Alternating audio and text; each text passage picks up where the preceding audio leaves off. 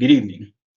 My name is Doug Brindles, and this is for Module 1 VoiceThread, the overview of Russian strategic cyber capabilities for Augusta University for Information Security Global Threat Environment Section, spring term, Professor Pirion P, dated January 11th, 2026. The agenda. So first of all, we're going to talk about, go over an overview of Russian strategic cyber capabilities.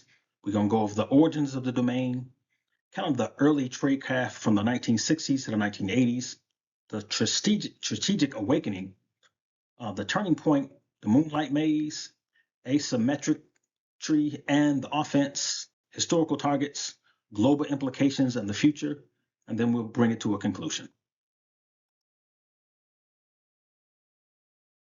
So to understand the who behind the threat, we must recognize that the digital domain was born from the Cold War. As nature notes, the U.S. Defense established and created the precursor for the intent specifically because of the Soviet technological challenge.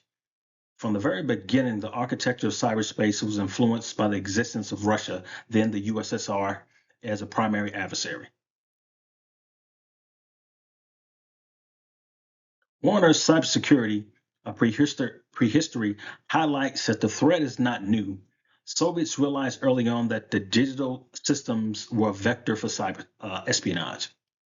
The 1986 incident discovered by Cliff Stoll revealed that a key method still used today, the use of proxies.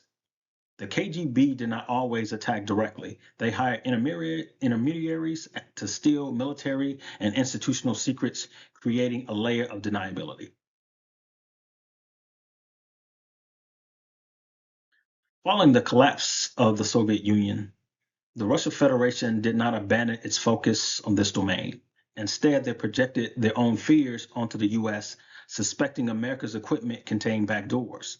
This paranoia fueled a state-level policy articulated by Yeltsin to aggressively develop information warfare capabilities.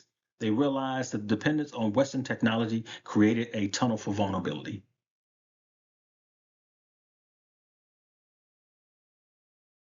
Moonlight Maze represents the moment the threat matured. It was no longer theoretical. Warner notes that this operation proved that the WHO, Russia, was actively looting national security data.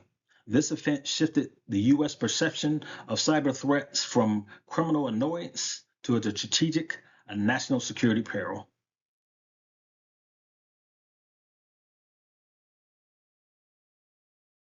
Why does Russia invest so heavily here? As Lynn argues, cyberspace is asymmetric. Russia does not need to match the US in aircraft carriers if it can disrupt the networks that control them. The architecture of the internet favors this type of attack. The adversary only needs to find one vulnerability while the defender must block all vectors.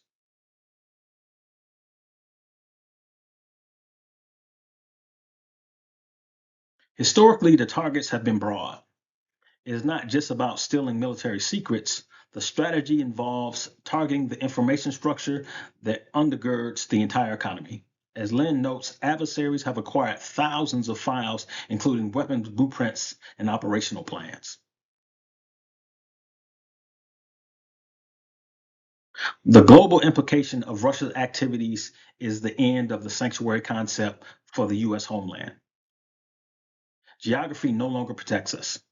Furthermore, Russia's domestics clampdown balkanization suggests a future when the global internet may fracture into tightly controlled national intranets, changing the landscape of global communication and conflict.